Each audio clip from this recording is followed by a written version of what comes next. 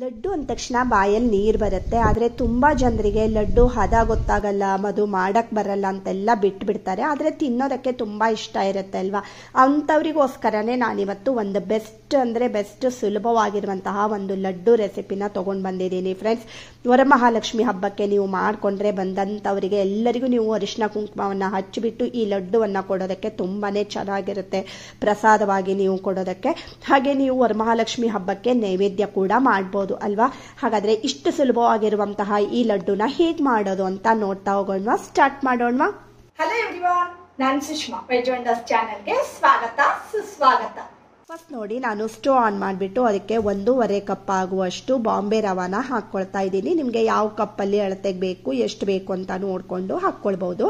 ಹಾಗೆ ಅದನ್ನು ಈಗ ತುಪ್ಪ ಎಲ್ಲ ಏನನ್ನು ಹಾಕೋದು ಬೇಡ, ಹಾಗೇನೆ ಒಂದು 5 ನಿಮಿಷ ಇದನ್ನು ಲೋ ಫ್ಲೇಮ್ನಲ್ಲಿ ಈ ರೀತಿ ಹುರಿದು ರೆಡಿ ಮಾಡ್ಕೊಳ್ಬೇಕು. ಹುರ್ಕೊಂಡಾದ್ಮೇಲೆ ಇದನ್ನ ಒಂದು ಪ್ಲೇಟ್ಗೆ ತೆಗೆದಿಟ್ಕೊಳ್ತಾ ಇದ್ದೀನಿ. ಅದು ಕಲರ್ ಎಲ್ಲ ಏನು ಚೇಂಜ್ ಆಗೋದು ಬೇಡ, ಫುಲ್ ಬಿಸಿ ಆದ್ರೆ ಸಾಕು. ಆಮೇಲೆ ನೋಡಿ ಅದನ್ನ ಒಂದು ಪ್ಲೇಟ್ಗೆ ಹಾಕೊಂಡಿದ್ದೀನಿ. ಮತ್ತೆ ಈ ಕಡೆಗೆ ಒಂದು ಸ್ವಲ್ಪ ಹಾಲಿಗೆ ಕೇಸರನ್ನ ಹಾಕಿ ಈ ರೀತಿ ಡಿಪ್ ಮಾಡಿ ಇಟ್ಕೊಂಡಿದ್ದೀನಿ. ಬಿಸಿ ಹಾಲಲ್ಲಿ ಈ ರೀತಿ ನೆನೆಸಿಟ್ಕೊಂಡ್ರೆ ಬೇಗ ಕಲರ್ ಎಲ್ಲ ಬಿಟ್ಕೊಳ್ಳುತ್ತೆ.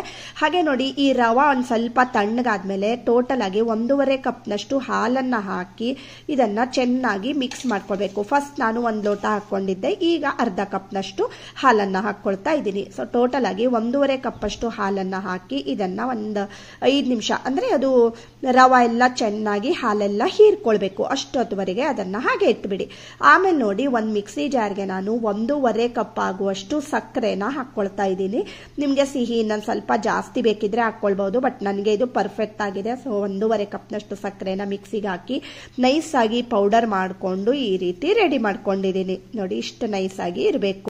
ಸಕ್ಕರೆನ ಪುಡಿ ಮಾಡ್ಕೊಳ್ಳೋಷ್ಟರಲ್ಲಿ ರವಾ ಕೂಡ ಚೆನ್ನಾಗಿ ಹಾಲನ್ನೆಲ್ಲ ಹೀರ್ಕೊಂಡು ಈ ರೀತಿ ಗಟ್ಟಿಯಾಗಿರುತ್ತೆ, ಅಂದರೆ ಸಾಫ್ಟ್ ಆಗಿರುತ್ತೆ ರವೆ ಎಲ್ಲ ಹೀರ್ಕೊಂಡು. ಆಮೇಲೆ ಕೇಸರ ಹಾಲನ್ನು ಹಾಕ್ಕೊಳ್ತಾ ಇದ್ದೀನಿ. ನಿಮಗೆ ಬೇಕಿದ್ರೆ ಫುಡ್ ಕಲರನ್ನು ಕೂಡ ಸೇರಿಸ್ಕೊಳ್ಬೋದು, ಇಲ್ಲಾಂದರೆ ಹಾಗೆ ಕೂಡ ಮಾಡ್ಕೊಳ್ಬೋದು. ಚೆನ್ನಾಗಿ ಇದನ್ನೆಲ್ಲ ಮಿಕ್ಸ್ ಮಾಡ್ಕೊಂಡಿದ್ದೀನಿ. ಆಮೇಲೆ ಸ್ಟವ್ ಆನ್ ಮಾಡಿಬಿಟ್ಟು ಒಂದು ಕಡಾಯಿನ ಇಟ್ಕೊಂಡು ಅದಕ್ಕೆ ದೊಡ್ಡ ಚಮಚದಲ್ಲಿ 1.5 ಚಮಚ ಆಗುವಷ್ಟು ತುಪ್ಪನ ಹಾಕ್ಕೊಳ್ತಾ ಇದ್ದೀನಿ. ಇದನ್ನು ಚೆನ್ನಾಗಿ ಮೆಲ್ಟ್ ಮಾಡ್ಕೊಳ್ಬೇಕು, ತುಪ್ಪ ಎಲ್ಲ ಕರಗಬೇಕು.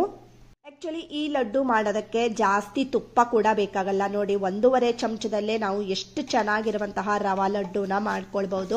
ಹಾಗೆ ಅದು ತುಪ್ಪ ಎಲ್ಲ ಮೆಲ್ಟ್ ಆದ್ಮೇಲೆ ರೆಡಿ ಮಾಡ್ಕೊಂಡಿರುವಂತಹ ರವಾ ಮತ್ತೆ ಹಾಲಿನ ಮಿಶ್ರಣವನ್ನ ಸೇರಿಸ್ಕೊಳ್ತಾ ಇದ್ದೀನಿ. ಇದನ್ನ ಈ ತುಪ್ಪದಲ್ಲಿ ಈ ರೀತಿ ಹುರ್ಕೊಳ್ತಾ ಹೋಗ್ಬೇಕು.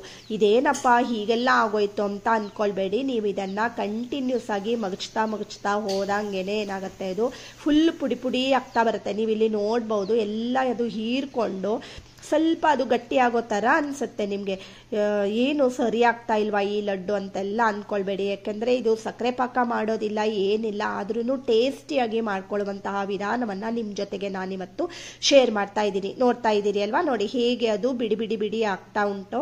ನಾವು ಈ ರೀತಿ ಮಾಡ್ತಾ ಹೋದಂಗೆನೆ ಅದು ಫುಲ್ ಪುಡಿ ಪುಡಿ ಪುಡಿ ಥರ ಆಗುತ್ತೆ. ನೋಡ್ತಾ ಇದ್ದೀರಿ ಅಲ್ವಾ, ಈ ರೀತಿ ಹದಕ್ಕೆ ಬರಬೇಕು. ಆಮೇಲೆ ಅದಕ್ಕೆ ನಾನು 1/4 ಕಪ್ ಆಗುವಷ್ಟು ಡೆಸಿಕೇಟೆಡ್ ಕೋಕೋನಟ್ ಪೌಡರನ್ನು ಹಾಕ್ಕೊಳ್ತಾ ಇದ್ದೀನಿ. ನೀವು ಬೇಕಿದ್ರೆ ಮನೆಯಲ್ಲಿ ಕೂಡ ತೆಂಗಿನ ಮಿಕ್ಸಿಗೆ ಹಾಕ್ಕೊಂಡು ಮಾಡ್ಕೊಳ್ಬಹುದು, ಸ್ವಲ್ಪ ಹುರ್ಕೊಂಡು ಈ ರೀತಿ ಸೇರಿಸ್ಕೊಳ್ಬಹುದು. ಡೆಸಿಕೇಟೆಡ್ ಕೋಕೋನಟ್ ಪೌಡರ್ ಇದ್ರೆ ತುಂಬ ಒಳ್ಳೆಯದು. ಆ ರೀತಿ ಚೆನ್ನಾಗಿ ಇದನ್ನೆಲ್ಲ ಮಿಕ್ಸ್ ಮಾಡ್ಕೊಳ್ಳಿ. ಹಾಗೆ ನೋಡಿ ನಾನು ಒಂದಿಷ್ಟು ಡ್ರೈ ಫ್ರೂಟ್ಸನ್ನು, ಬಾದಾಮಿ ಮತ್ತು ಮೆಲನ್ ಸೀಡ್ಸು ಇದನ್ನೆಲ್ಲ ಹಾಕ್ಕೊಂಡಿದ್ದೀನಿ, ಪಿಸ್ತಾ ಎಲ್ಲ ಹಾಕ್ಕೊಂಡಿದ್ದೀನಿ. ಚೆನ್ನಾಗಿ ಇದನ್ನು ಇದ್ರ ಜೊತೆ ತುಪ್ಪದಲ್ಲಿ ಹುರಿದ್ಬಿಟ್ಟು ಮಿಕ್ಸ್ ಮಾಡ್ಕೊಂಡಿದ್ದೀನಿ.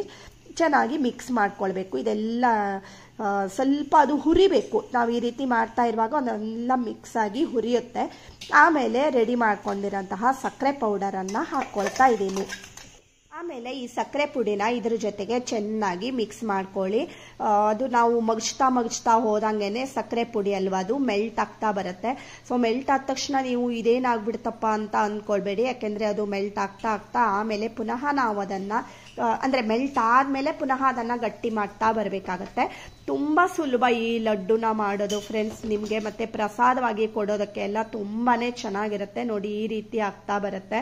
ಸೊ ಇನ್ನೂ ಒಂದು ಸ್ವಲ್ಪ ಅದು ಗಟ್ಟಿ ಆಗಬೇಕು. ನಿಮಗೆ ಗೊತ್ತಾಗುತ್ತೆ ಅದು ಉಂಡೆ ಕಟ್ಟುವಂತಹ ಒಂದು ಹದಕ್ಕೆ ಬರಬೇಕು. ಈ ರೀತಿ ನಾವು ಇದನ್ನು ಮೆಲ್ಟ್ ಮಾಡಿ ಮಗಚ್ಕೊಳ್ತಾ ಹೋದಾಗ ನೋಡಿ ಇಷ್ಟು ಹದಕ್ಕೆ ಬಂದ ಮೇಲೆ ಇದನ್ನು ಸ್ಟವ್ ಆಫ್ ಮಾಡಿ ಕೆಳಗಡೆ ಇಳಿಸಿಟ್ಕೊಳ್ತಾ ಇದ್ದೀನಿ. ಕೆಳಗಡೆ ಇಳಿಸಿಟ್ಟ ಮೇಲೆ ಕೂಡ ಇದನ್ನ 1-2-3 ನಿಮಿಷ ಈ ರೀತಿ ಮಗ್ಚ್ಕೊಳ್ಬೇಕು.